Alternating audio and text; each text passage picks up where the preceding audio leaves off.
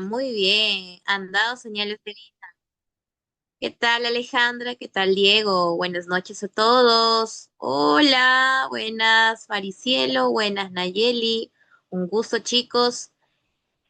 El día de hoy vamos a continuar nuestra clase de repaso, pero en esta oportunidad tenemos una gran cantidad de preguntas, no de historia de universal, sino de historia del Perú. ¿Ah? Entonces, permíteme compartir la pantalla para poder trabajar. Hola, ¿qué tal, Andreita? Buenas noches. Buenas noches a todos nuevamente. Sean bienvenidos a esta tu clase de repaso. Hola, Rodrigo, ¿qué tal? Muy buenas noches. Voy a compartir la pantalla. Por favor, avísame si se logra observar, ¿ah? Por favor, avísame si se ve, si no se ve. Por favor. ¿Se logra observar? ¿Sí, chicos? Please, avísame, por favor. ¿Sí? ¿Sí se ve? ¿Sí? ¿Confirman lo de Diego o no confirman lo de Diego? ¿Confirman o no confirman, chicos? ¿Confirman lo de Dieguito o no confirman? Uy, confirmo, muy bien, excelente, confirma, ¿ya?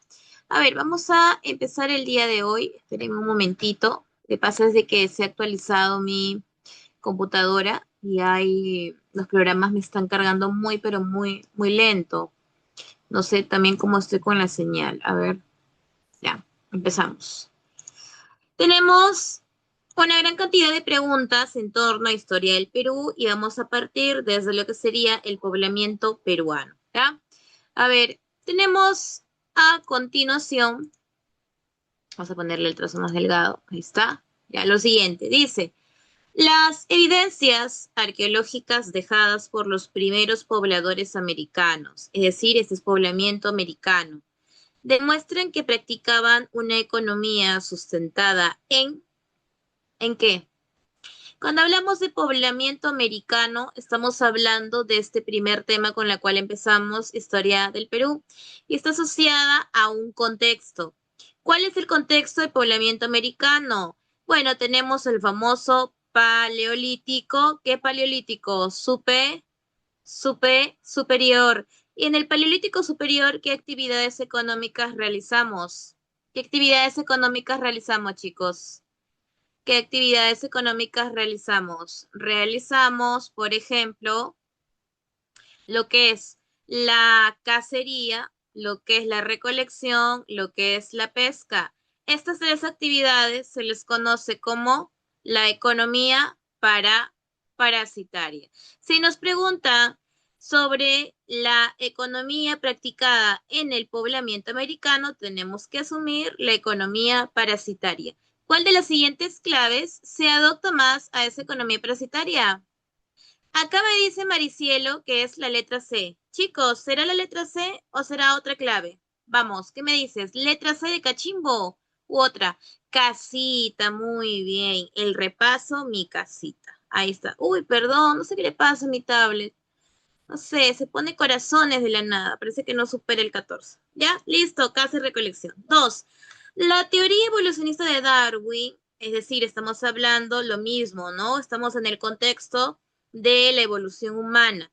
Se sustenta en el principio básico de, a ver, Charles Darwin, el fundador de una teoría con la cual buscaba eh, responder científicamente el origen del hombre en la Tierra, en comparación con las teorías creacionistas difundidas, en este caso, por la religión. Darwin iniciaría así una teoría apoyada de evidencia científica para sustentar que el hombre proviene de qué?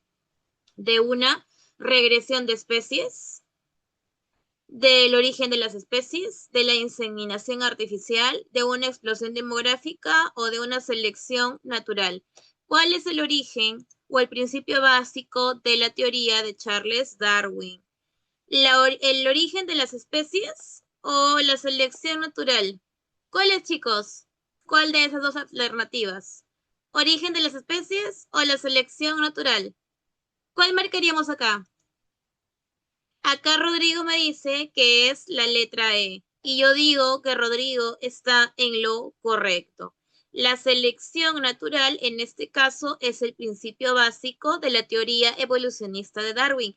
Profesora, ¿y por qué no puede ser el origen de las especies? El origen de las especies no es un principio, sino es el nombre de su obra. Por ese motivo, la B no puede ser. Es la obra de Charles Darwin. ¿Ah? Pasamos con el siguiente grupo de preguntas. Tenemos acá la pregunta 3. Dice, relaciona correctamente. Tienes a Paiján, a Guitarrero, a Kotosh y a Caral. ¿Cómo la juntamos? Paiján, ¿con qué va? ¿Con Huánuco? ¿Con La Libertad? ¿Con Ancash? ¿Con Supe? ¿Dónde va el hombre de Paiján? Este hombre que, por cierto, pertenece al periodo lítico, ¿no? Guitarrero que pertenece, bueno, dependiendo de qué guitarrero, ¿no? Asumiendo será el de arcaico. Kotosh, ¿qué será? Arcaico superior, lo mismo que arcaico superior con Caral. ¿Con qué va Paiján y Paiján? ¿Con qué va Paiján? Va con La Libertad. Muy bien, eso quiere decir que yo voy a, ahí está, señalar La Libertad. Guitarrero, ¿con qué irá? ¿Con Ancash? ¿Con Huánuco? ¿Con Supe? Guitarrero, ¿dónde va? Va. ¿Qué dice el público? ¿Qué dice el pueblo? Va a Ancash. Muy bien. Va a Ancash. Kotosh, ¿a dónde va? El templo de las manos cruzadas, el que representa la primera escultura religiosa en el mundo andino, en este caso. Kotosh, ¿con qué va? ¿Con Supe o con Huánuco? El de las manos cruzaditas, ¿no? El de las manos cruzadas. ¿Con qué va? ¿Con Supe o con Huánuco? Kotosh, no te olvides, es un vestigio de Huánuco. Y Caral, ¿con quién sería? Con Supe. Chicos, suélteme la clave. ¿Cuál es? ¿Amor, beso, cachimbo, duende o elefante? ¿Cuál de esas 5 alternativas es? Vamos, vamos, vamos. Todos acá participamos. Cachimbo dice, Dieguita dice que es cachimbo. ¿Sí? Paiján es con La Libertad. A ver, 1B. Uno B, uno C. No, no es la C. Si Paiján va con La Libertad. No es la C. Ay, Diosito. Esa vista es, claro, besito, bebito. Bebita, bebecita. Ahí está, la B. Ah, me has mentido. Yo no puedo creer en ti. Vamos a la siguiente. A ver, la 4. Vamos a la 4. Miré mal. Esa vista, caballero, esa vista. ¿Dónde habrá puesto esos ojos para tenerlos tan mal? Díselo 4. Ciudad sagrada ubicada, perdón, en el Valle de Supe, provincia de Barranca, que está considerada como el primer complejo urbano más antiguo del Perú y en todo caso la primera civilización andina. ¿Quién habrá dicho de que ese lugar ubicado en Supe será la primera civilización andina? Una arqueóloga conocida como Ruth. ¿Ruth qué? Ruth Chadi, ¿te acuerdas? Ruth Chadi es una especialista de una de estas 5 evidencias arqueológicas. ¿Cuál será esa área en cuestión? Caral, al ojo, pues Caral es de las 5 la más importante si hablamos del arcaico superior. Es de hecho la evidencia emblemática de este periodo, porque no solamente, como dice acá la pregunta, representa un principio urbanístico del mundo andino, sino que representa ya una compleja red administrativa, una compleja red política, ya en este caso que dio pie a considerarla como una civilización, o como diría Ruchadi, la primera del mundo andino. ¿Ya? Muy bien, estamos excelentes, ¿ya? Vamos con la siguiente pregunta. Para Monga, pero para Monga hay un punto importante, es una evidencia más, es una evidencia más de lo que sería el arcaico superior, es un templo más. Sin embargo, acá la pregunta nos hablan de una ciudad sagrada, que está ubicada en el valle del río Supe, no hace mención a Paramonga. Paramonga también es un vestigio, si no me equivoco, de el horizonte temprano, si no me equivoco, con Paracas. Entonces, no entraría mucho acá en cuestión con la pregunta, porque nos hablan de una ciudad sagrada que está en Supe y de las únicas, por ejemplo, que tenemos ahí es Caral. Principal característica de Caral es la primera civilización más antigua de América. ¿Qué rasgos las convierte o qué rasgo convierte a Caral en una civilización? Supuestamente Ruth Chadi, como te dije, encuentra una vasta red administrativa, que significa que hay ahora autoridades encargadas en el almacenamiento, en la conservación de alimentos, en la contabilidad del tributo, por eso se llama compleja red administrativa. Por ese motivo, dentro de Caral inclusive se ha encontrado lo que sería un complejo de nudos. ¿Cómo se llama ese complejo de nudos? Que hasta el día de hoy no se han podido descifrar en su totalidad. Es más, se considera que es imposible descifrarlas porque esta red de nudos, perdóname, representa una especie de sistema contable hecho de forma particular. ¿Cómo se llama? Los quipus. Por ese motivo, ahí tienes una evidencia material de que estamos hablando ante una compleja red administrativa. Hay una presencia de quipus, ¿ya? Otra evidencia más es que al parecer Caral fue no un centro de peregrinaje, sino un centro en la cual distintos sectores sociales, es decir, distintos grupos humanos provenientes de otros templos, de otras evidencias, de otros lugares, por así decirlo, acudían a Caral para solicitar o para conseguir productos. Caral era, por así decirlo, un espacio de comercial. Ahí tienes otra característica. Era una zona comercial. Si tú querías tener objetos, por así decirlo, de la selva, podías encontrarlo en Caral, porque ahí los comerciantes van y hacen intercambio económico. También podías encontrar hasta muyo y espóndilos, porque las evidencias arrojan eso, por ejemplo, ¿no?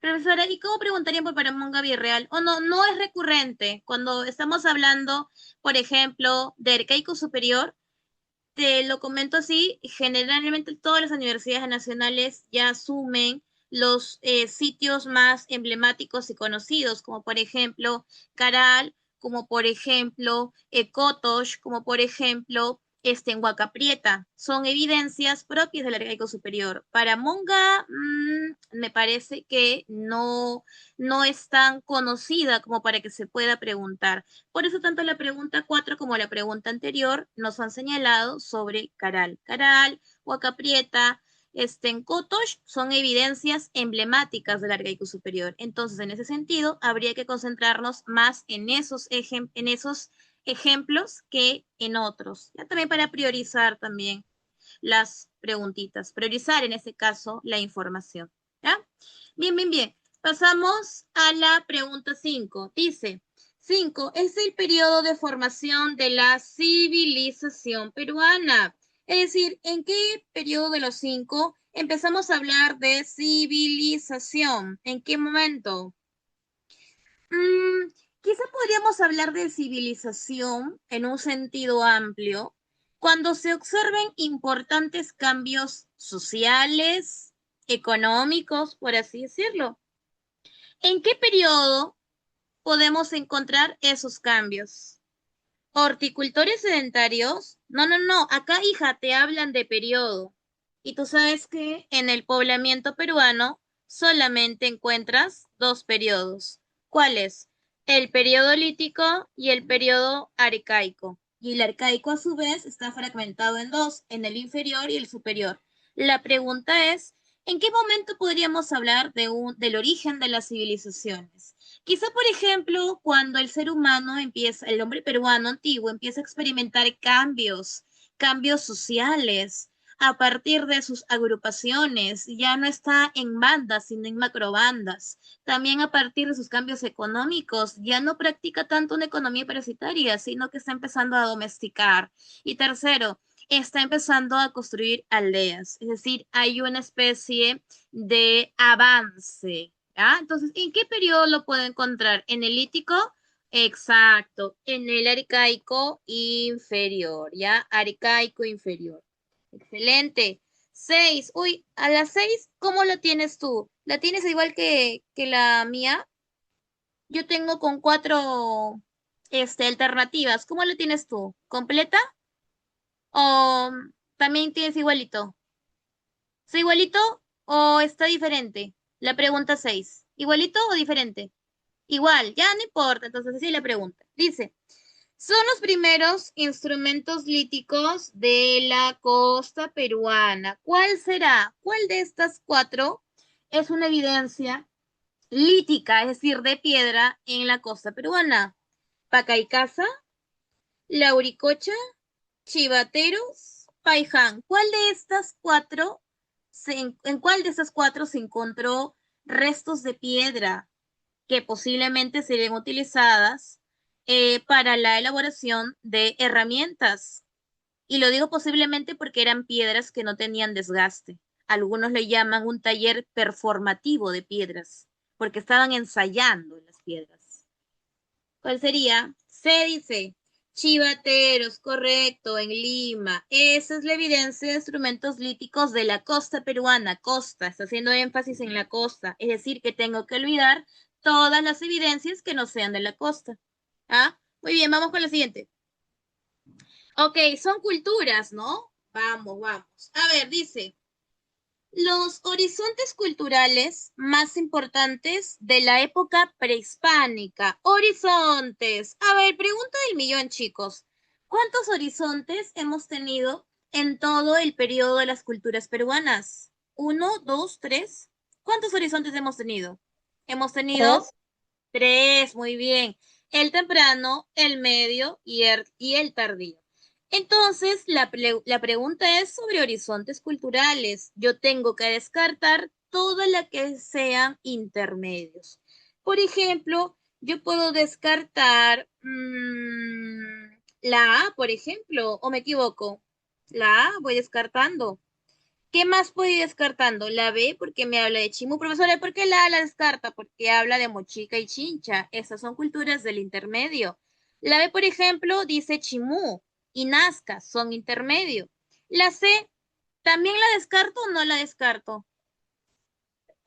Ah, me dicen que es la D, de frente. Chavín, Guarinca, correcto, muy bien. Chavín temprano, Guari medio e Inca tardío. Otahuantinsuyo también le puede aparecer, ¿ya? Muy bien. 8. Tuvieron como capital la ciudad de Tajahuana y son considerados como los mejores cirujanos del Perú antiguo. ¿Quiénes hacían técnicas quirúrgicas conocidas como, por ejemplo, trepanaciones y deformaciones craneanas? ¿Quién de estas 5 culturas eres conocido como ser los excelentes cirujanos y eh, los excelentes fabricadores de textiles en el Perú antiguo? Por el uso o el uso en todo caso de algodón de alta calidad, el algodón pima, también por el uso de hilos de plata y de oro. Paracas, pues Tajahuana pertenece a Paracas Cavernas. ¿Ah? Muy bien, no te olvides, cavernas. Sede cavernas. Pasamos con la siguiente. Seguimos con culturas. Vamos. Dice, el urbanismo planificado de Wari fue utilizado como una política de Estado y se manifiesta notoriamente en el establecimiento de ciudades. Ah, ok. Sabemos muy bien que Wari es una civilización que para Lumbreras sería el primer imperio andino del Perú. ¿Ah? ¿Por qué se le llamaría el primer imperio andino? Porque para Lumbreras, Wari tiene algo que el resto de culturas no lo tuvo. O si lo tuvo, no lo tuvo a ese nivel. ¿Qué cosa, Miss? El famoso Capac, Capacñán. ¿Y qué era el Capacñán? No sé si te acuerdes. Es la red de caminos que permitía la unión de la capital Viñaque con estas ciudades. ¿Y cómo se llamaban estas ciudades? Las famosas, claro, cabeceras de región. Ah, ya, profesora, eso era. Exacto. ¿Ya? Seguimos.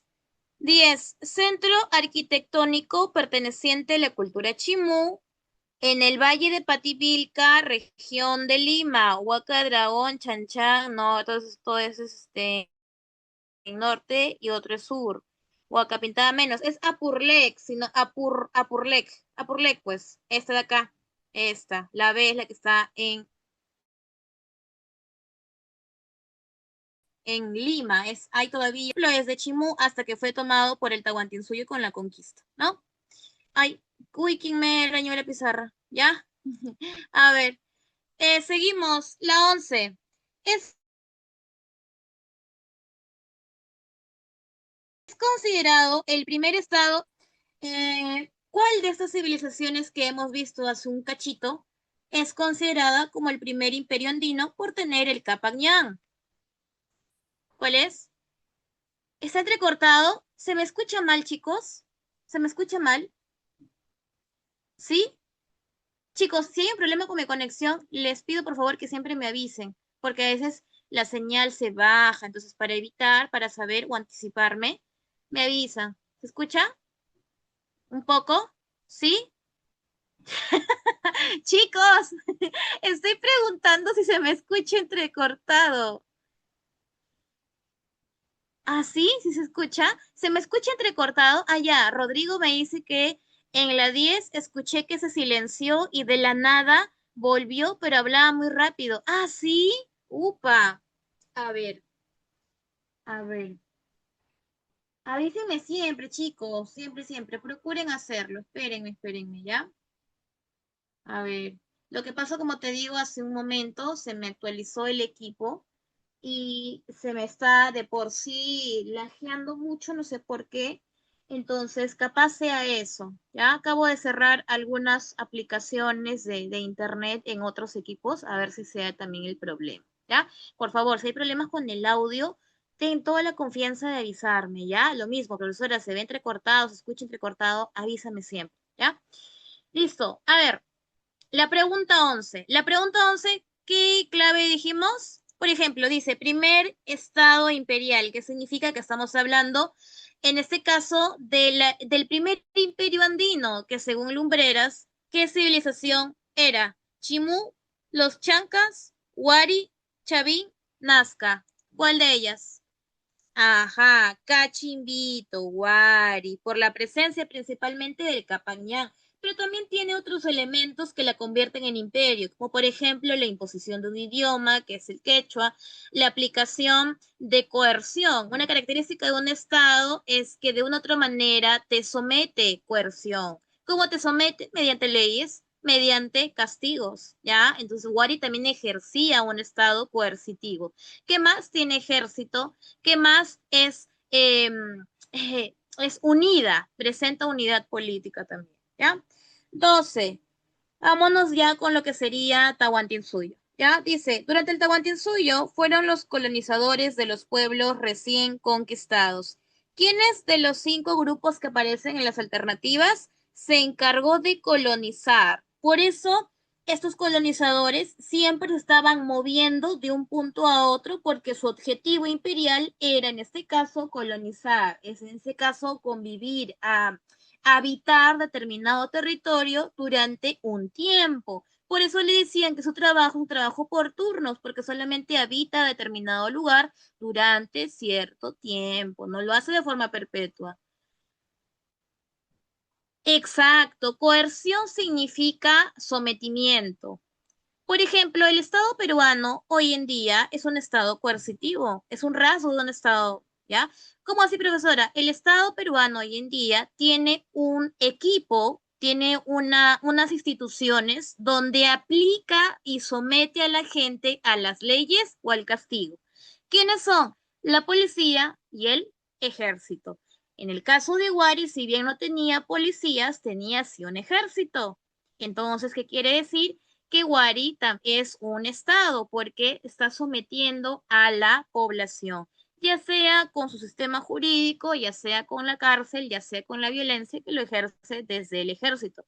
Aún más porque Wari, recordarás, es un estado militarizado. ¿Ah? No olvidar eso, es un punto muy importante. Ah, ¿qué me dijiste? ¿Cuál era? Mitimaes, ¿no? Los trasladados o los colonizadores. No olvidar eso, no olvidar, ellos son los que constantemente se mueven, son, habitan determinado lugar, lo colonizan durante un tiempo. Por eso su trabajo es por turnos. De ahí viene el nombre de Mitimae, persona de turno. ¿Ya? Pasamos a la siguiente pregunta. 13 dice, es una institución que agrupaba a los familiares de los incas. ¿Cómo se llama esta institución que alberga a los familiares de los incas? Familiares de los incas, ¿ah? No está hablándome de familiares de los Hantun Runas. Está hablándome ya de una familia real. Exacto, la panaca, todo pariente del Inca formaba parte de la panaca. Panaca, familia real, suelen llamar familia de nobles, también conocido, familia del Inca, también lo puedes encontrar.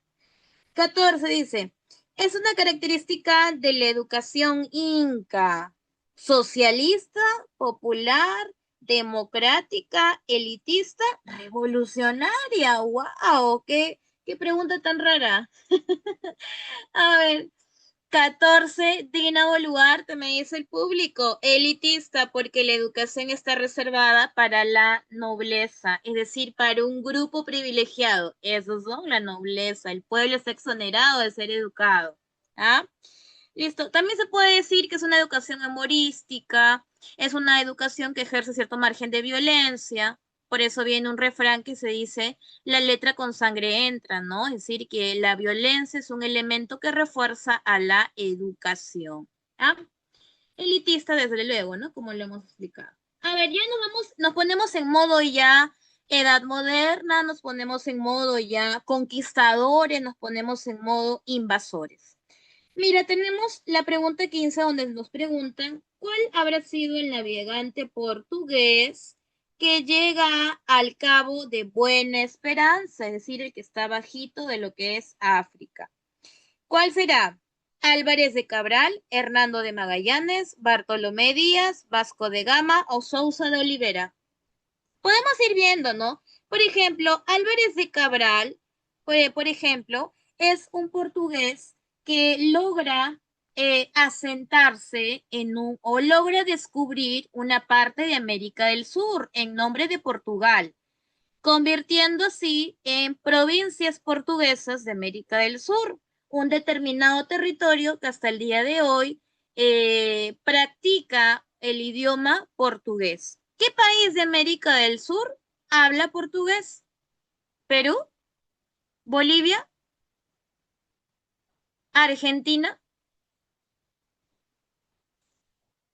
Brasil. Álvarez de Cabral justamente descubriría territorios que hoy en día son de Brasil, ¿no? Hernando de Magallanes, tengo una pregunta. ¿Es portugués o es español? Portugués, español. Portugués, español. Es español. De por sí, la B no es, porque nos dice navegante portugués. Pero ya sabemos que Hernando de Magallanes no es la clave. Pero Hernando de Magallanes, ¿qué hizo? El viaje de circunnavegación. Bartolomé Díaz, ¿quién será? Exacto, esa es nuestra clave correcta porque él es el que descubre esa parte de abajito, ese estrecho que está debajo de África. Vasco de Gama, si es portugués, él llega a la India y funda la ciudad de Calicut. Y Sousa de Oliveira es un personaje X, nada que ver. ¿Ya? 16, vámonos ya, seguimos. La capitulación de Santa Fe, ok, documento firmado en el siglo XV. Otorgó el título de virrey y gobernador de las tierras por descubrir a lo que algunos libros atreven a decir que sería el primer virrey de América. No de América del Sur o un determinado virreinato, sino el primer virrey de América, porque se le reconoce. ¿Quién es el beneficiado? Vasco de Gama descubre, bueno, funda la ciudad de Calicut que está en la India. Calicut. C-A-L-I-C-U-T. Calicut, India. Ya, te estaba diciendo, ¿en qué me quedé? Ah, ya, que este documento firmado en el siglo XV va a beneficiar al que sería el primer virrey de América, no de un virreinato, sino de toda América. ¿Quién fue el beneficiado? Ajá, exacto, Calicut, tal cual lo has escrito. ¿Quién fue el beneficiado por la capitulación de Santa Fe que lo firman los reyes católicos? ¿Quién habrá sido? Pizarrito, Colón, Constantino XI, José María Obando, Francisco Bobadilla. ¿Quién se benefició? Este hombre de acá. Cristóbal Colón. Con la capitulación de Santa Fe, pues ya se reconocería los beneficios que trae para los españoles descubrir en nombre de España nuevos territorios en el famoso Nuevo Mundo, es decir, América. Desde la presencia de lo que sería Colón con el descubrimiento, atraería en este caso una serie de españoles que irán poco a poco descubriendo territorios en nombre de España. A esas personas se les llamará conquistadores, conquistadores que más adelante se convertirán en los primeros encomenderos. Ah, ahí lo tienes. Vámonos con las siguientes preguntas. Ok, ciudad de Huamanga. A ver, Huamanga es una ciudad que le pertenece a qué departamento? Al departamento donde te venden muyushi, al departamento donde está Pampas Galeras, al Ayacucho. departamento Ayacuchito, Ayacucho, ¿no? El departamento también más azotado por el terrorismo de Sendero. ¿Ya? La ciudad de Huamanga fue fundada ¿por quién? Por justamente el líder de la empresa de conquista, Francisco Pi Pizarro. Él la funda porque recibe apoyo de justamente los huancas, ¿ya? A ver, pregunta 18. Quiso continuar el descubrimiento, pero la muerte lo sorprendió en el puerto llamado Nombre de Dios. ¿A quién hace referencia? Al personaje que acuña el nombre Perú. Es un español. Uno de los 5 que ves ahí es el primero en acuñar el término Pirú, que más adelante, con el avance del castellano, se le conocerá como Perú, nombre de nuestro país. Es decir, es el primero en llamarnos Pirú, las tierras Pirú. ¿Quién será? Pascual de Andagoya. Ahí tienes un dato importante. Pascual de Andagoya es el que acuña el término Pirú a territorios que hoy en día es nuestro actual país. Pascual de Andagoya. Eso, ¿ya? Bien, chiquitos, vamos avanzando que tenemos un montón de preguntas. A ver, ¿hasta aquí lo tenemos, chicos? Avísame la hora, porque no sé qué le pasa a mí. Creo que no sé qué le ha dado esta autorización. A ver, hasta aquí tenemos hasta las 9:45. Ah, estamos sobrados, estamos de chip, ¿ya? A ver, seguimos. Dice, pregunta 19. Fue la primera orden religiosa en llegar al Perú. ¿Cuál de estas 5 es la primerita en llegar a territorio peruano? Esta orden religiosa aparece en el tercer viaje de la empresa de Pizarro. Lo vamos a observar, por ejemplo, cuando un curita llamado el cura Vicente Valverde elabora un documento que será leído frente a Atahualpa en Cajamarca. Este documento llamado el requerimiento será un documento en el cual se leerán los términos y condiciones de Atahualpa en caso aceptara pacíficamente la conquista. ¿Cuáles serán esos términos y condiciones?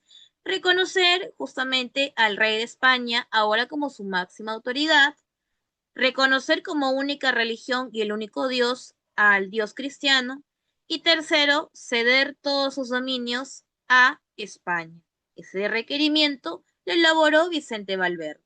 Este curita proviene de la primera orden religiosa en llegar al Perú, porque era el primer representante de esa orden, el primer clérigo, primer miembro de una orden que llega al Perú. ¿Qué orden religiosa llega en el tercer viaje de Pizarro? Los dominicos. No sé si ya lo comenté en la clase pasada. Los dominicos, al igual que los jesuitas, son órdenes religiosas que evangelizan o llevan la palabra de Dios a través de la educación. Es decir, los dominicos, como los jesuitas, son órdenes religiosas que defienden el modelo o la educación en realidad. Por ese motivo, los dominicos crearán, inspirados en la Universidad de Salamanca, la Universidad Real, la Universidad Real San Marcos, en ese tiempo llamada así.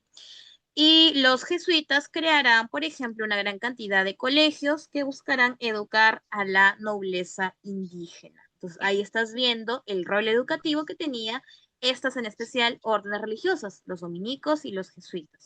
¿Ya? A ver, ¿mm? ¿Alguien por ahí habló? ¿Emitió algún sonido? ¿O estoy loca? No, no. Ya. Los jesuitas llegan, es la segunda orden religiosa en llegar. Ellos llegan en el contexto de lo que sería el conflicto de Manco Inca ya con las tropas de Pizarro, por así decirlo, en los comienzos de la resistencia de Vilcabamba. Es decir, es la segunda orden que llega, luego llegan los agustinos, que serán la tercera, los mercedarios, que serán la cuarta. Los franciscanos llegan un poquito después. Ellos van a ubicarse, los franciscanos, en lo que sería la selva central. ¿Ya? Listo. La 20. Primera orden religiosa que llega al Perú. Ah, pues es la misma que la 19. ¿Qué clave es? Dominicos. No, no hay mucha ciencia ahí. A ver, ya hemos contestado dos preguntas de un tirón. Vámonos con la siguiente. Vámonos con la siguiente porque tenemos una gran cantidad de preguntas, ¿ya? A ver, la 21 es sobre verdadero y falso de las siguientes proposiciones. Dice, Pedro de la Gasca otorgó amnistía a los que se sometieran a su autoridad. Carvajal derrotó a Alonso de Alvarado en la batalla de Chuquinga. El líder Juan Chocne era un inválido así está, era un inválido de un gran poder mágico y Girón se rebeló por la abolición del servicio personal de los indígenas. ¿Qué podemos marcar acá en la pregunta 21? A ver, está en el contexto de la guerra civil de los conquistadores, es decir, de los españoles. Acá tenemos cuatro oraciones. A ver, todas están relacionadas con la guerra civil. La que ya de por sí voy descartando es ¿cuál? ¿Cuál de estas cuatro, a ver, por ejemplo, no tiene nada que ver con la guerra civil entre los conquistadores? ¿Cuál? Pero de la Gasca sí tiene que ver, ¿ah? Carvajal también. Juan Chocne. Juan Chocne, ¿a qué te suena? ¿A Guerra Civil entre los Conquistadores? No, Juan Chocne de hecho es representante de lo que sería la resistencia ideológica con el tema este de el famoso Taquioncoy. Así que la 3 desde ya la voy descartando. Aparte no era una persona que tenía gran poder, sino que logró rescatar. Sí, sí, ajá. Mercedarios, no mercenarios. Mercenarios es una persona que lucha por dinero.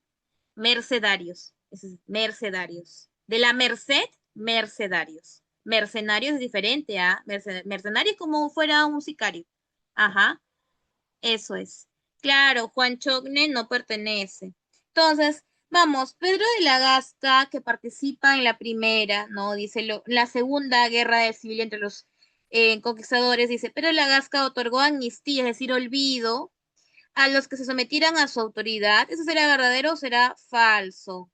Eso es verdadero, por ejemplo. Siempre y cuando reconocieran, ¿no? Carvajal derrotó a Alonso del Varado, esa es en la esa es en la segunda, sí, la primera, con Mozo, con el Mozo, Diego del Mozo, en la batalla de Chuquinga, sí. Ya Juan Chocne la descartamos por impertinencia, pues, porque no tiene que ver acá.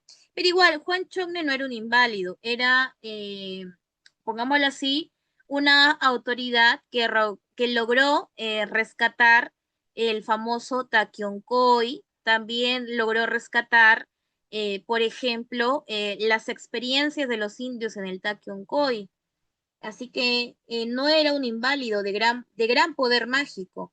Y Girón, el que aparece al final de las guerras de los encomenderos, es decir, los insatisfechos, se rebeló por la abolición del servicio personal de los indígenas. Claro, eso se refiere a las encomiendas. Entonces sería verdadero, verdadero, falso, verdadero. Mm, ¿Hay clave? Sí, ¿no? Verdadero, verdadero, falso, verdadero. ¿Cuál sería? La E, ¿no? Sí sería, ¿no? ¿La E? Chicos, ¿sí es la E, no? ¿O no? Sí, sí, sí es la E, sí es la E. Ahí está. Ya. A ver, 22. Ah, ok, mira, justamente, ¿no? Incas de Vilcabamba. A ver, por qué tenemos en la historia de la conquista del Tahuantinsuyo una etapa llamada resistencia de Vilcabamba? Recordar que la resistencia comienza cuando evidentemente se organiza Manco Inca, bueno, organiza a los remanentes de la realeza inca para buscar la expulsión de los españoles. Por eso el líder de esa resistencia es Manco Inca.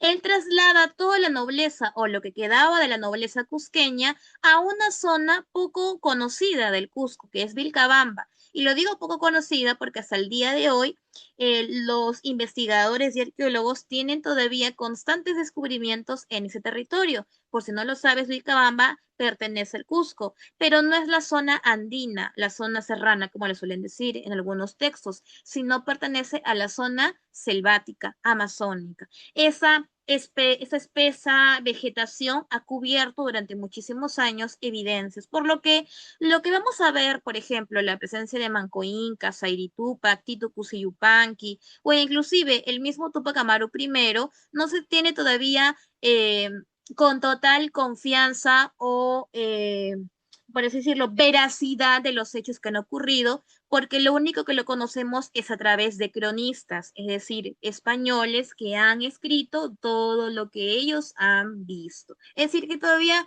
faltan investigaciones para ir conociendo sobre la resistencia de Vilcabamba, pero no olvidar que es una resistencia porque es los remanentes, es decir, los que quedaban, el residuo de la nobleza agrupada por Manco Inca, la traslada a Vilcabamba para iniciar la guerra que lograría para él expulsar a los españoles. Entenderás que esa resistencia fracasó.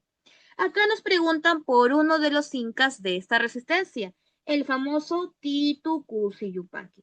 Titu Cusi Yupanqui se caracterizó por permitir el ingreso de una orden religiosa al Cusco para evangelizar a los indios cusqueños. Esa orden religiosa no eran los jesuitas, no eran los dominicos, no eran los mercedarios, sino eran los agustinos. ¿Con qué documento ingresan eh, estos agustinos a evangelizar en el Cusco? Con la famosa paz de Aco, Acobamba. Entonces es la A de amor, es la A de amorcito. Ahí lo tienes, Titu Cusi Yupanqui. Pasamos con la siguiente. Ok, tenemos preguntas sobre el virrey Toledo. A ver, ¿qué podemos decir del virrey Toledo? ¿Qué ha hecho? El virrey Toledo es uno de los, bueno, por no decir es uno no, sino es el virrey más importante de los 42 virreyes que ha tenido el Perú. ¿Por qué es el más importante? Porque el virrey Toledo realiza lo que se conoce como las reformas toledanas. Las reformas toledanas, chicos y chicas, es un conjunto de obras y de medidas que el virrey Toledo realiza en el virreinato peruano. ¿Para qué? Para organizarlo. Estas reformas cambiaron el virreinato por completo. Por eso, en muchos libros dice las reformas toledanas, es decir, con Toledo, y las reformas pretoledanas, es decir, todas las obras que se han hecho antes de Toledo. Eso significa que el impacto de Toledo en todo el virreinato fue enorme, por eso le llaman el virrey más importante. ¿Cuáles son sus obras? Creo que la semana pasada lo hemos visto, ¿o me equivoco? ¿Sí? Tengo un déjà vu, o lo estoy confundiendo con otro salón. La semana pasada hemos tenido una pregunta sobre el rey Toledo. ¿Sí, no? ¿O no? Sí, creo que lo estoy confundiendo, ¿no? Creo que sí, con otro salón. Bueno, el virrey Toledo como es el virrey organizador, tiene un propósito, tiene un objetivo. Para organizar el virreinato, tiene que garantizar eh, el poder del virreinato, perdóname, el poder de la corona sobre el virreinato. Es decir, que lo que busca Toledo es allanar o facilitar el dominio de los indígenas a la corona. Es decir, que lo que busca Toledo es facilitar la explotación de los indios, principalmente en beneficio de la corona. ¿Y cómo lo consigue, profesor, el virrey Toledo? Bueno, para facilitar la explotación de los indios, tiene que crear una forma de trabajo en la cual los indios se encarguen de la extracción de la plata, sobre todo de la mina de Potosí. Ese trabajo obligatorio encargado, ¿no? A los indios para extraer metales, ¿cómo se le llama? ¿Cómo se llama ese trabajo obligatorio que los indios tienen que hacer para extraer metales en Potosí? Se llama la mita minera. Ahí tienes la primera obra del virrey Toledo. Obliga a los indios a extraer metales, mita minera. Dos, para facilitar la explotación de los indios, va a incorporar una otra forma en la cual los indios pueden tributar. Antes los indios solamente tributaban con especias, es decir, con productos. Ahora con Toledo, los indios van a poder tributar con especias, pero también pueden tributar con esto redondito que tenemos en nuestro monedero, las monedas, el tributo monetario, y tiene segunda obra. Para el gobierno del virrey Toledo, todavía, todavía existían cultos a los apus. Todavía existían, por ejemplo, danzas encima de algunas huacas, como el Taquioncoy. Entonces, para garantizar, ¿no? Para facilitar la explotación de la mano de obra india, tienes tú que quitarle todo lo que lo hace indio. ¿Y qué lo hace indio? Dicen los españoles o dice la cultura occidental, pues todo lo bárbaro. Y lo bárbaro es adorar a dioses que provengan de la naturaleza. En ese sentido, Toledo iniciará lo que se conocería como la creación de una institución que buscaría sancionar, castigar a toda persona que practique una herejía. Esa institución se le llama el Tribunal del Santo Oficio. Profesora, ¿eso es la Inquisición? Sí, eso es la Inquisición. Ahí tienes otra obra del Virrey Toledo.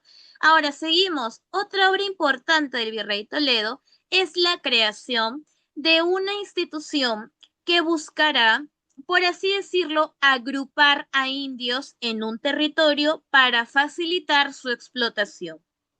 Esa agrupación formará lo que se conoce como, por ejemplo, los pueblos de indios. Como los indios están agrupados en determinados lugares, van a llamar a esos pueblos como reducciones. Ahí lo tienes. Muy bien. Entonces, ya te he dicho todas las obras del virrey Toledo. Acá nos preguntan en la pregunta 23, ¿cuáles son las obras del virrey Toledo? ¿Y qué me puedes decir? ¿Cuál será la obra del virrey Toledo? ¿Cuál de todas las que te he dicho aparece en la pregunta 23? A ver, ¿cuál? ¿La uno? ¿La 2? ¿La 3? ¿La 4? Ah, profesora, ¿qué es la Plaza de Hacho? La Plaza de Hacho es donde hoy en día, bueno, donde hoy en día se practica esta diversión pública que es con un animalito que tiene cuernitos. ¿Cómo se llama ese animalito? Claro, es solo dos. ¿Cómo se llama ese animalito que tiene cachitos? ¿Cómo se llama? Y le pones algo rojito y se puede, ¿no? Ya, el toro. La Plaza de Hacho no es obra del virrey Toledo, es obra de un virrey francés, Amadi Juniet, ¿ya? Amadi Juniet. Entonces no corresponde, ¿ya? La única obra que realizó el virrey Toledo es la reducción de pueblos de indios, ¿ya? Es la única. Entonces sería solo dos. A de amor. Profesora, la expulsión de jesuitas, tú recuerda que la expulsión de jesuitas no lo puede hacer un virrey porque no forma parte de sus funciones. La expulsión de los jesuitas estuvo en manos de un virrey Borbón que iniciará o radicalizará las reformas borbónicas. ¿Qué virrey expulsó a los jesuitas en 1767? El virrey Carlos Ter, Ter, tercero, es el que radicaliza las reformas borbónicas. Él se encarga de la expulsión de los jesuitas de América y de España. Y combatió en la rebelión de Pumacagua. No, pues como un virrey. Bueno, para empezar, el virrey Toledo, siglo XVI. La rebelión de Pumacagua es siglo XIX. Entonces no hay diferencia, hay 3 siglos de diferencia. No hay forma, ¿ya? Es A de amor. 24. Seguimos con régimen colonial. Dice, ¿cuál es el impuesto que servía para cubrir los gastos de la Armada del Sur? Ojito, ojito, ojito. ¿Qué impuesto es uno que servía para cubrir los gastos de la Armada del Sur? ¿Alguien sabe qué era la Armada del Sur? ¿Alguien le recuerda? Ya. La Armada del Sur era un conjunto de embarcaciones divididas en flotas y galeones. Tú recordarás que los galeones eran grandes barcos que no atacaban, pero que solamente transportaban mercadería. Es decir, eran como si fuera ¿cómo sería? Trainer, claro, un gran trainer, ¿no? Donde se almacena un montón de cosas. Ya era un barco enorme que no atacaba y solamente almacenaba productos. Eso era un galeón. Era inmenso, inmenso, inmenso. Las flotas sí eran barcos defensivos. Las flotas estaban rodeadas, bueno, perdóname, las flotas rodeaban los galeones para protegerlas de piratas y de corsarios. La Armada del Sur fue organizada por una institución económica conocida como la Casa de Contratación de ¿qué? De Sevilla. Esa institución buscaba proteger, ¿qué cosa? El monopolio comercial de España con sus colonias. Ahora, ¿qué pasaría si uno de los productos que está dentro de los galeones se pierde? Ah, bueno, si hay un producto que se ha perdido, ya sea porque lo robaron, se cayó al mar, se quemó, no sé, X de cosas, ¿ya? Los comerciantes pagan como una especie de seguro, para proteger esa mercadería que se ha perdido, el seguro. Uno de los siguientes impuestos de los 5 de ahí es un impuesto para justamente cubrir todo gasto de la Armada del Sur. ¿Qué impuesto es? ¿Buques? No, buques ya es siglo XIX ya. La avería, muy bien. La avería. La avería es el impuesto que se encarga para cubrir toda pérdida de los galeones. Supongamos, a ver, hijo, para que lo entiendas mejor.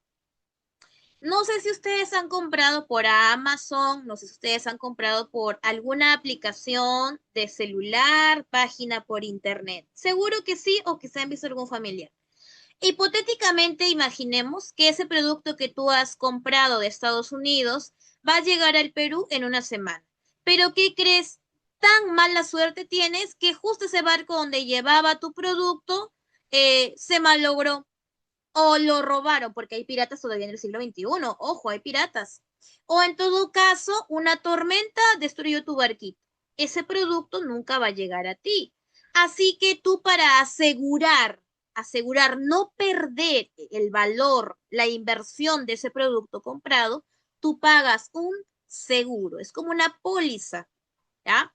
Si ese producto, como no llegó a ti, la avería lo que hace es devolverte el dinero invertido.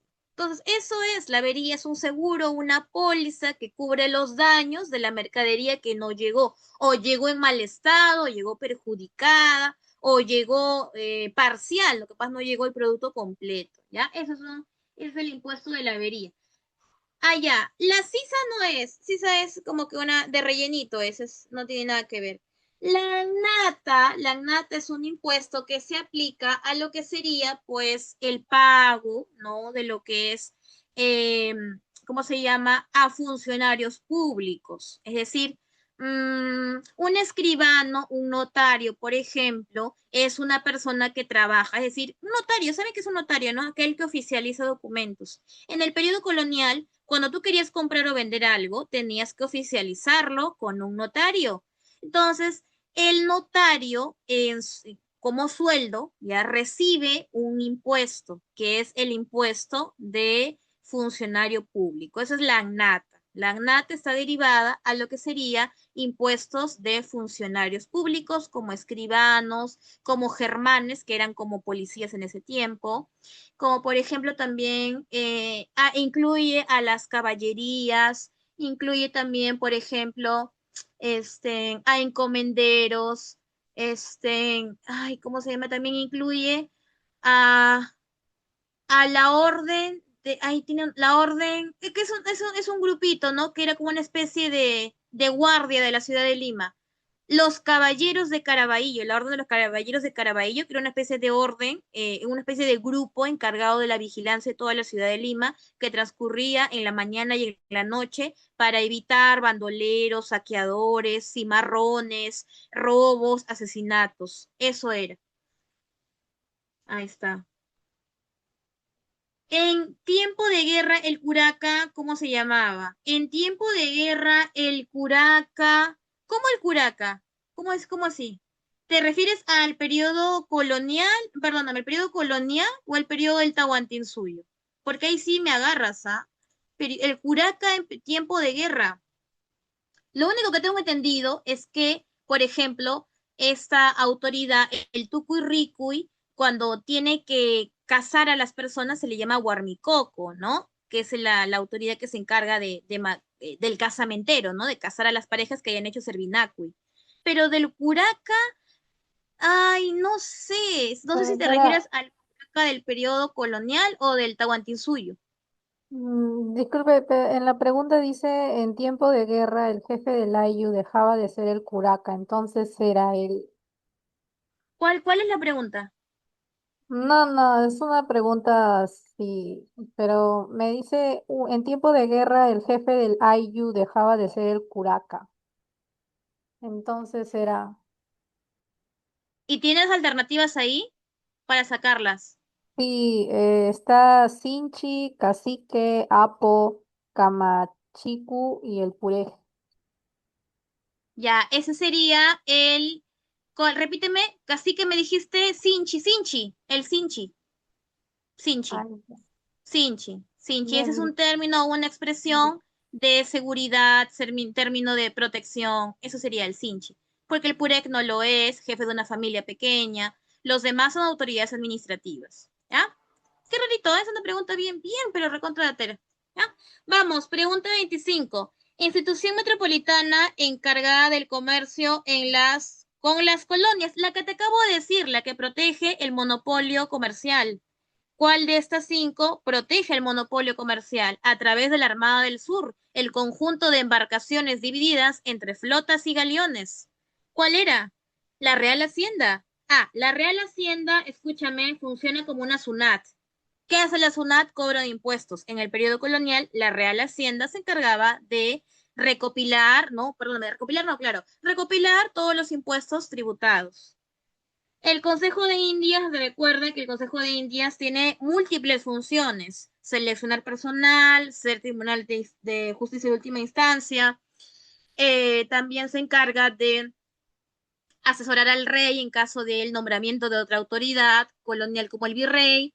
Él es el encargado de elaborar la recopilación de leyes de Indias, que eran leyes para los indios. ¿Ya? Luego tienes la Casa de Contratación de Sevilla, la Real Audiencia y las cajas reales. Las cajas reales son como pequeñas sunats que se encargan del cobro de impuestos a indígenas. ¿Cuál de estas cinco, chicos, es la institución encargada del comercio con las colonias? ¿Cuál? La Real Hacienda, el Consejo de Indias, la Casa de Contratación, la Real Audiencia o las cajas reales. ¿Hola? Me perdí la señal. Ok. Chicos, ¿me escuchan? ¿O ya me desconecté? Hmm. Ah, no me contestan porque no he marcado entonces. Claro, te lo dije hace un cachito. La institución que se encarga de proteger el monopolio comercial de España con sus colonias es la Casa de Contratación de Sevillita, la Casa de Contratación de Sevilla, la sede Cachimbo. 26. Orden religiosa expulsada del virreinato a raíz de la reforma borbónica. Te lo dije hace un cachito. En 1767 se le expulsa. ¿Por qué se le expulsa? Como parte del programa Borbón, tú recordarás que las reformas borbónicas, ¿qué decían? Las reformas borbónicas buscaban, en este caso, incrementar el poder real, es decir, aumentar el poder del rey. ¿Y cómo se hace? Debilitando a otras autoridades, como por ejemplo, debilitando al virrey. Por eso las reformas borbónicas van a recortar territorio del virreinato peruano, naciendo así el virreinato de Nueva Granada y de Río de la Plata. Pero también va a buscar quitarle poder a la iglesia. Así es, a la iglesia. Porque, profesora, recuerda que en el siglo XVIII apareció una nueva ideología en la cual los reyes se caracterizan por aplicar el siguiente refrán: todo para el pueblo, pero sin el pueblo. ¿Alguien sabe a qué ideología pertenece este refrán? Todo para el pueblo, pero sin el pueblo. ¿Alguien? ¿Alguien? El Los despotismo, despotismos. ajá, el despotismo ilustrado. ¿Eso qué quiere decir, chicos? Que los reyes ahora quieren iniciar una lucha con la ilustración apropiándose de algunos principios, como por ejemplo este principio de bienestar, ¿no? Hacer leyes en favor del pueblo. Entonces, ellos van a hacer reformas que a la larga perjudicaron mucho más al pueblo. El punto es de que los reyes, influenciados por estas ideologías, quieren ahora incrementar su poder y para eso van a dejar de lado esa alianza que en algún momento los reyes tuvieron con la iglesia cuando se trató de la conquista del Tahuantinsuyo, porque tú recordarás, Pizarro, Luque, Almagro no movieron ni un solo dedo hasta oficializar lo que sería la invasión con la capitulación de Toledo. Por ese motivo, te entenderás que el padrecito Vicente Valverde tiene que hacer lectura de un documento donde se le consulte a Atahualpa si quiere ser conquistado, el famoso requerimiento. Entonces, en el siglo XVIII, contexto reformas borbónicas, contexto despotismo ilustrado, esa idea, esa alianza de la iglesia con la corona se destruye porque ahora el rey tiene que ser más poderoso. ¿Y cómo quitamos poder a la iglesia que está en el virreinato? Expulsando a su orden religiosa más exitosa. ¿En qué sentido exitosa? Exitosa en el sentido que los jesuitas representaba el mayor número de dueños de haciendas, que quiere decir que en todo el Perú los dueños de las haciendas eran principalmente jesuitas, tenían demasiado dinero, demasiado poder, y no solo eso, que su poder económico, sino también su poder educativo. Recuerda, los jesuitas habían fundado escuelas para nobleza indígena, por ese motivo tenían demasiado poder. Entonces, ¿qué hizo Carlos III? Expulsarlos de España y de América. Eso implicaba expulsarlos de virreinatos como el nuestro, ¿ya? Los jesuitas. Pasamos a la siguiente, a ver la 27, ¿qué dice? En coordinación con la, dice, Argentina en el Alto Perú, luego de apoderarse de los cuarteles de Tacna, con el apoyo del alcalde, fueron derrotadas en... Ok, estamos entrando a lo que sería ya pues el contexto independentista. Recuerda que la independencia del Perú se puede entender, bueno, se entiende como un proceso en el cual consta de etapas. Sabemos muy bien que el Perú tuvo precursores, tuvo próceres, precursores separatistas, otros, por ejemplo, reformistas. En el caso de los próceres, todos los que tomaron acción. También recuerda que habían conspiraciones. Conspiraciones, ¿qué quiere decir? Recordamos la clase pasada, que eran complots secretos en contra de alguna autoridad. Principalmente las conspiraciones fueron limeñas. Otra cosa son los levantamientos criollos que se produjeron en el interior del país. En ese contexto agitado, se va a producir un intento de lo que sería Argentina por conseguir la independencia del Perú. Eso se conoce como las batallas del Alto Perú. Es decir, hoy en día territorio ya pues boliviano, ¿no? Esa zonita, ¿no? Cercana a lo que es la meseta del Collao. Se llama intentos porque evidentemente no se consiguió debido a que la contraofensiva de Abascal, el virrey que se baja, elimina todas las juntas de gobierno, tenía mucha facilidad de trasladar su ejército por tierra. Por eso, en las constantes intentos que tuvo Argentina por conseguir la independencia del Perú por tierra, fracasan todas. Es por eso que Argentina va a buscar garantizar la independencia de su Estado, independizando Chile para luego tener acceso al Pacífico e ingresar al Perú.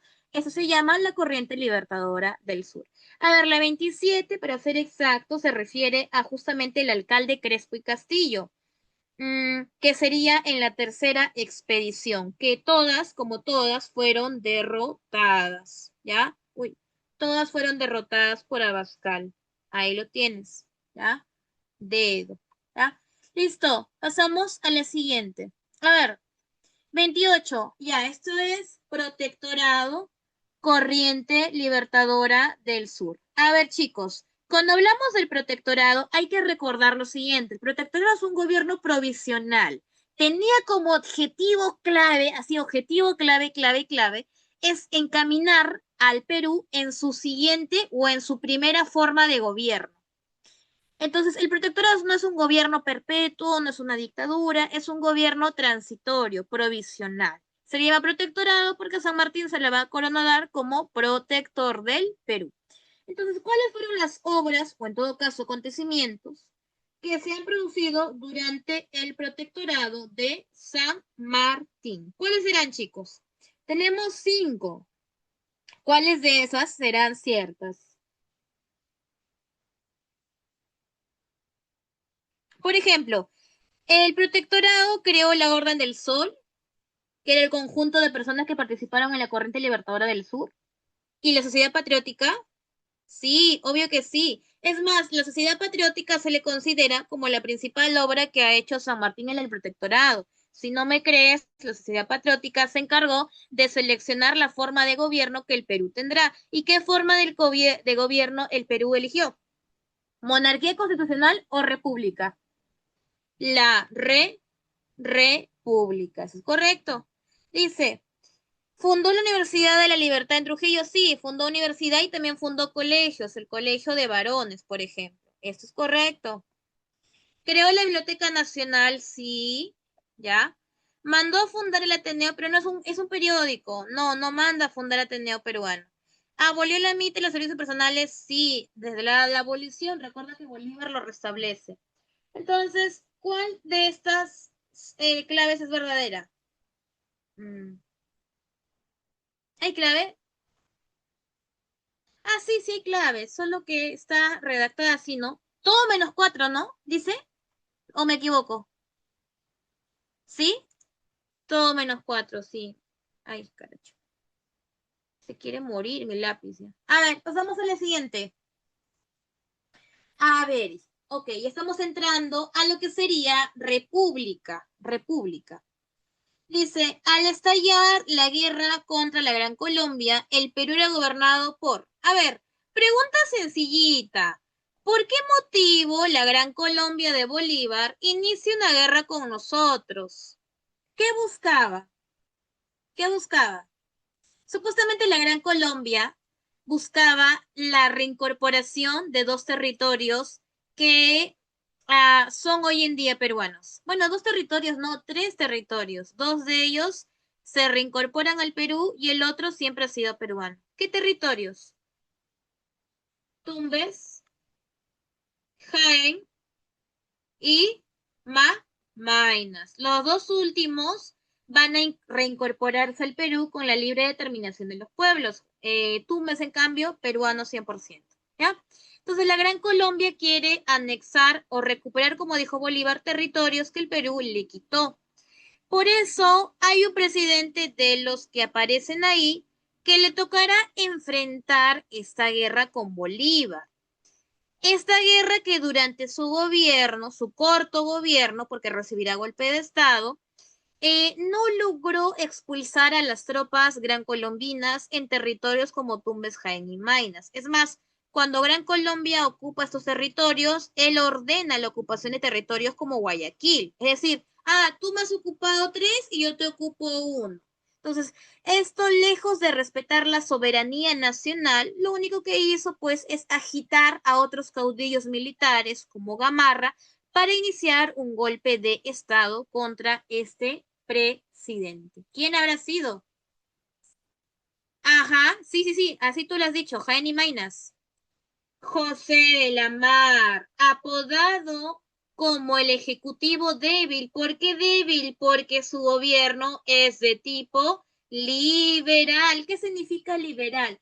Que es un gobierno que beneficia a quién? Al poder ejecutivo, no, perdóname, al poder legislativo. Es liberal porque le da mayores poderes al legislativo. Es decir, que prioriza al Congreso que a el Ejecutivo. Por eso le llaman débil. ¿Quién le llama débil? Gamarra especialmente le llama. ¿Ah? Exacto, legislativo. A ver, 30. Dice, batalla en que los restauradores, con el apoyo de Castilla, derrotaron definitivamente a Santa Cruz. Restauradores, ¿a qué me suena? A un conjunto de campañas, fueron 2 restauradoras. Esas campañas restauradoras, por ejemplo, se encargaron se encargaron de disolver una confederación que implicaba o que implicó en este caso un golpe contra sus puertos. Por ejemplo, el puerto de Valparaíso, que lastimosamente fue el más perjudicado con la aparición de esta confederación. ¿Qué confederación era? La Confederación Peruano-Boliviana. La Confederación Peruano-Boliviana, que no duró más que 3 añitos, estaba en manos del general Santa Cruz, donde evidentemente se aplica una república de tipo federal. ¿Por qué federal, profesora? Porque está conformado por estados. Recuerda, el estado sur peruano, el estado norperuano y el estado boliviano, ¿ya? Entonces es una república de tipo federal. A nivel económico, no te olvides que la Confederación defiende el libre comercio. El libre cambismo le suelen llamar, ¿ya? Libre cambismo, es decir, que promueve el comercio entre puertos extranjeros con puertos nacionales. Ahora, la pregunta es, ¿en qué batalla las campañas restauradoras con el apoyo de Castilla, es decir, con un peruano, derrotan definitivamente a Santa Cruz? Socabaya, Buin, Portete de Targui, Yungay y Portada de Guía. Yungay, en la batalla de Yungay ya se da el golpe final a lo que sería el régimen de Santa Cruz. Una cosa que no tienes que olvidarte, por favor. La Confederación Peruano-Boliviana tuvo como principales enemigos ¿a quién? A Chile. ¿Y a quién más? Argentina. Ellos eran los principales opositores. Ellos van a buscar qué cosa? Eliminar la confederación a través de las campañas restauradoras. Por ese motivo, ellos van a financiar estas campañas con el apoyo de algunos caudillos militares que estaban en contra del gobierno de Santa Cruz, como Castilla. ¿Qué otro caudillo más estaba en contra del gobierno de Santa Cruz? Gamarra.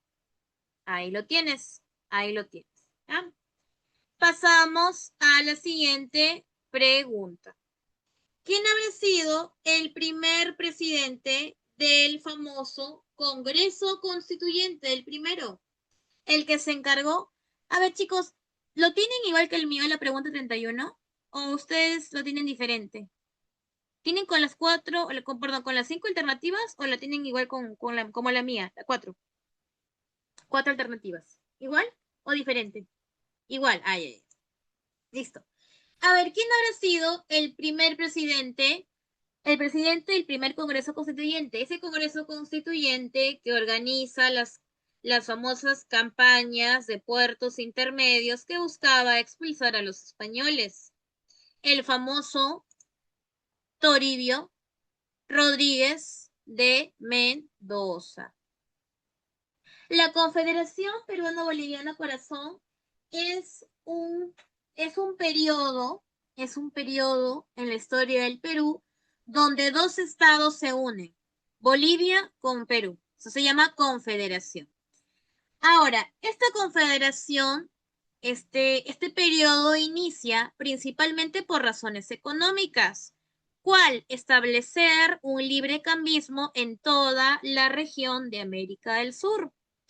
Ahora, para lograrlo, se da el anexo de esos dos estados, Bolivia con Perú. Para poder evitar levantamientos, conspiraciones y facilitar una mejor administración y gobierno, se aplica un modelo de tipo federal. ¿Qué es federal? La presencia de estados. Como te expliqué, la confederación presenta tres estados, norperuano, subperuano y el estado boliviano. Entonces, esas van a ser las características generales de la Confederación. Su interés es principalmente económico. Profesor, yo también he leído he visto que tienen intereses históricos. Sí, tiene históricos, tiene geopolíticos, lingüísticos, porque entenderás, Bolivia y Perú tienen más semejanzas que diferencias. Ahí tienes una respuesta. Pero su principal interés es económico, aplicar un libre cambismo en toda la región de América del Sur. Por eso van a defender el libre comercio y van a fortalecer puertos como el Callao, lo que provocó el desplazamiento del puerto de Valparaíso, Chile, generando crisis internas en Chile, donde la burguesía chilena organizará capital, es decir, dinero, para iniciar una campaña que restaure la soberanía o restaure a los países como Bolivia y Perú, que para ese tiempo estaban unidos mediante una confederación. Principalmente Chile alienta a lo que sería Argentina en esta lista de opositores en contra de la confederación, fracasando así en 1839 con la batalla de Yungay tras la derrota del general Santa Cruz. Ahí lo tienes. ¿Ya? Toribio Rodríguez de Mendoza. Listo. Toribio Rodríguez de Mendoza. Dice, el Colegio Nacional Nuestra Señora de Guadalupe, es decir, este colegio que está acá por donde vivo, en Alfonso Ugarte, se creó durante el régimen de qué presidente? Castilla, San Román, Agustín Gamarra, Pirola o Rufino Echenique. ¿En qué gobierno se da la creación de este colegio, que era un colegio principalmente para varones, pero ya en el siglo XXI se abrió para un colegio mixto? En ese colegio se educaron, te lo digo, Julio Cetello, ahí se educó, él iba con ojotas a su cole, por ejemplo. Ahí también se educó otro intelectual que no me acuerdo, porque hace años hicieron una exposición por aquí y colocaron todos los personajes ilustres que estuvieron ahí. Había otro, Sebastián Lorente también, Sebastián Lorente, intelectual importante del siglo XIX, ¿ya? El presidente que se encarga de crear el Colegio Nuestra Señora de Guadalupe, que está aquí nomás por donde vivo, es el famoso Echenique, ya, Rufinito Echenique. Pasamos a la siguiente. 33. Gobernaba el Perú cuando se firma el contrato Dreyfus. Ojito, estamos entrando ya en un periodo conocido como prosperidad falaz, chicos. Prosperidad falaz, ¿qué tienes que recordar cuando estamos hablando de una prosperidad falaz? Bueno, el periodo conocido como prosperidad falaz. La prosperidad falaz se entiende en este caso como el periodo de bonanza económica a partir de la venta del, del, del qué? Del del guano. Este guano era necesitado por potencias como Inglaterra, que estaban experimentando su industrialización. El guano se convirtió en el recurso natural que el Perú exporte. y generando grandes ingresos económicos, pero que lamentablemente se perdieron producto de la corrupción generalizada del Estado.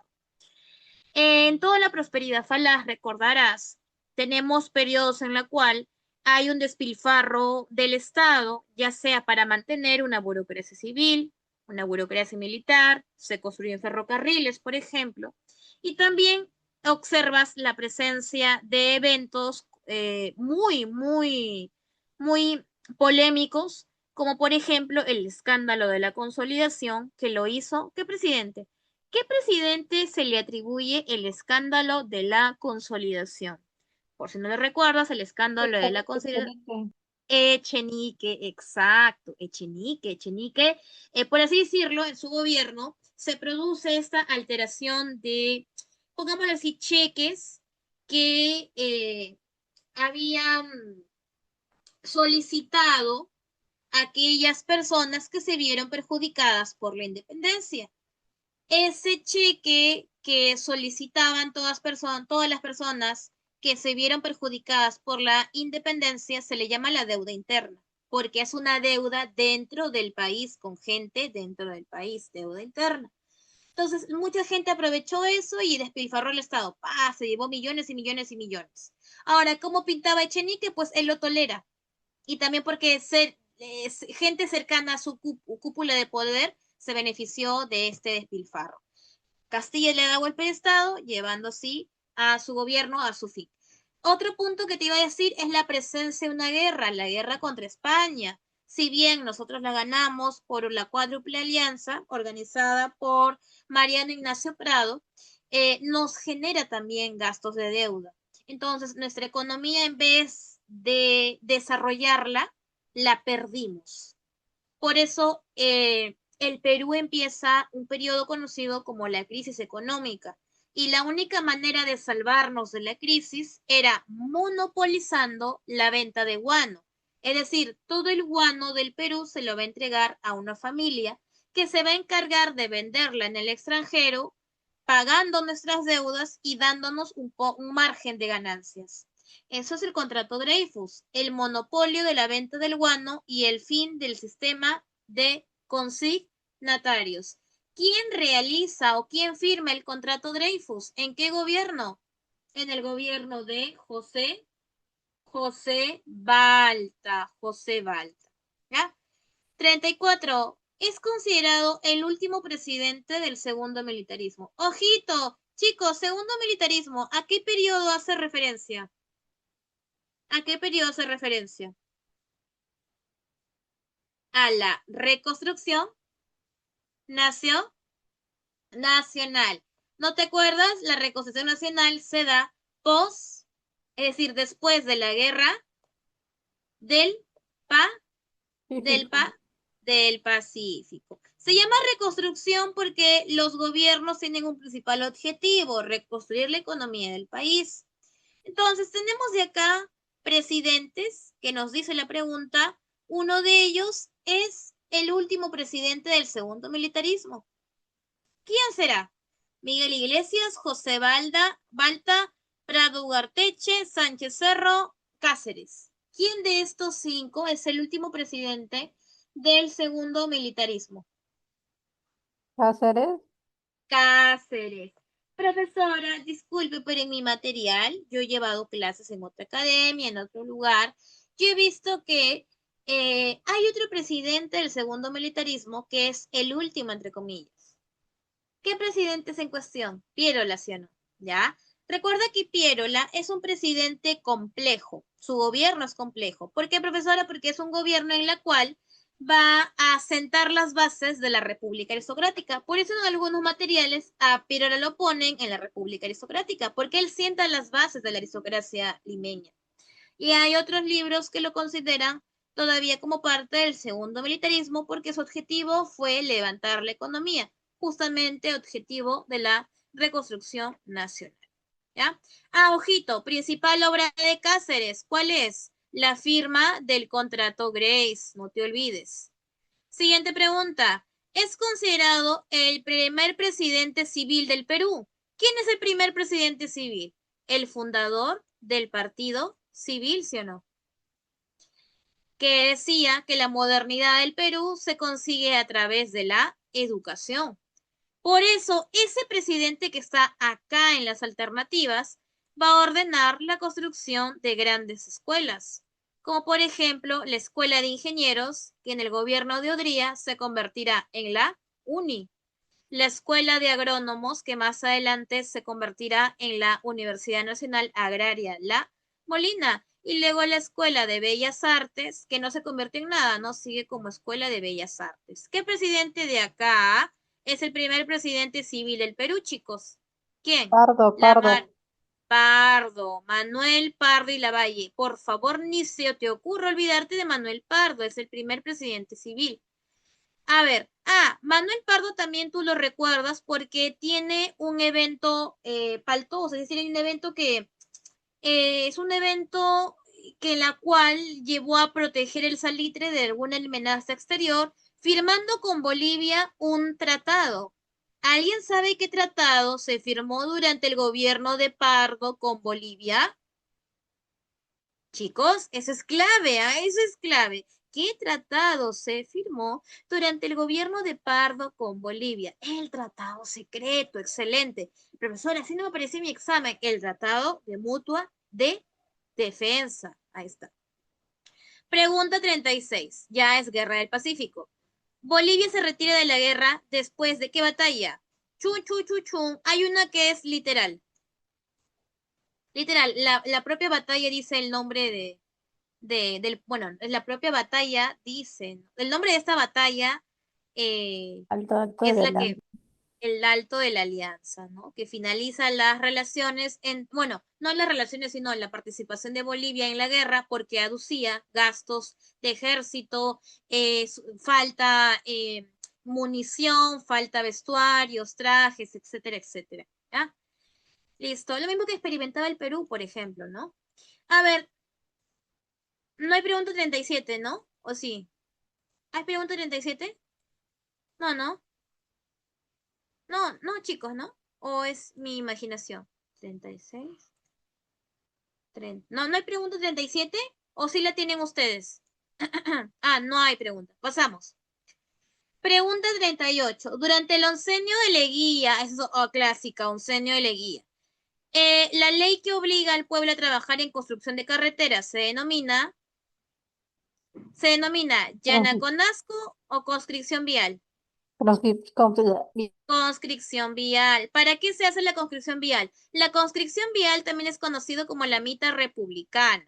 ¿Qué significa eso? Que se le obliga a trabajar a los indios varones de 18 a 60 años. Aparentemente Leguía decía que si los indios se comprometen a construir carreteras, se van a integrar así a la nación peruana. Es decir, ahí es un sistema que explotaba a los indios, en la cual buscaba una aparente incorporación del indio al país. De Leguía decía que con ese trabajo el indio forma parte del Perú. ¿Ah? Por eso se llama mitad republicana, es de todas maneras explotación. 39 dice, ¿durante qué gobierno se descubre el gas de camisea en el Cusco? A propósito que supuestamente desde el día de hoy los pasajes ya deberían de haberse normalizado y también el gas, ¿no? ¿Qué presidente, durante el régimen de qué presidente se da justamente el descubrimiento del gas de camisea? Del arquitecto Fernando Belaúnde Terry en su primer gobierno, ¿ya? Pasamos rapidito para ya irnos. Dice, presidente que restablece el sistema militar obligatorio y promulgó la ley del matrimonio civil. ¿Qué presidente habrá dicho que hay que establecer el matrimonio civil, debilitando así a lo que sería la iglesia en ese momento? ¿Cuál? Nicolás de Pierola, ya por eso Nicolás de Pierola es un presidente importantísimo, aplica una reforma, entre ellas también la reforma militar, por ejemplo, para mejorar el ejército, Escuela Militar de Chorrillos, también es un presidente importante. A ver, ¿qué presidente aplicó la ley de la regionalización? De 24 departamentos hay que reducirlos a 12. ¿A 12 qué? Regiones. ¿Quién lo hizo? Alan García en su primer gobierno. Eso se llama la ley de regionalización. Y cerramos con estas tres últimas, rapidito, no me voy a olvidar de tus claves. Primer presidente de la República elegido a través del Jurado Nacional de Elecciones. El Jurado Nacional de Elecciones es obra de Sánchez Cerro. Tú recordarás que Sánchez Cerro ingresa por golpe de Estado. Tú sabes que después de Sánchez Cerro está Óscar Benavides, que también ingresa por elección del ejército. Ahora, finalizado el tercer militarismo, el periodo donde está Sánchez Cerro y Óscar Benavides, empieza un periodo conocido como la Primavera Democrática, en donde tendrás el gobierno de quién? De Manuel Prado Bugar Teche. Él es elegido por el Jurado Nacional de Elecciones. 43. Durante su gobierno se crea el Ministerio de Cultura. ¿Quién crea el Ministerio de Cultura? Reemplazando lo que sería la INC. Antes del Ministerio de Cultura se llamaba INC, Instituto Nacional de Cultura. ¿Quién lo crea? ¿Quién lo crea? Alan García en su segundo gobierno. Y última pregunta. Durante su gobierno se construyó el Estadio Nacional y las grandes unidades escolares. ¿Qué presidente es? El de la cholificación, el de la guerra de Corea del Sur y del Norte, el presidente que da el derecho del voto a la mujer, el presidente que crea la CAE. ¿Qué presidente es, chicos? Vamos, nos despedimos contestando la pregunta 44. ¿Qué presidente es? El general Manuel Arturo Odría. Ahí lo tienes, Odría. Chicos, me despido, me despido. Nos vemos ya nuestra próxima clase que es el día jueves, ¿no? Cuídense mucho, chicos, a repasar. Vayan por esa vacante, vayan por esa vacante. Vamos, vamos. Chao, chao, chicos, cuídense.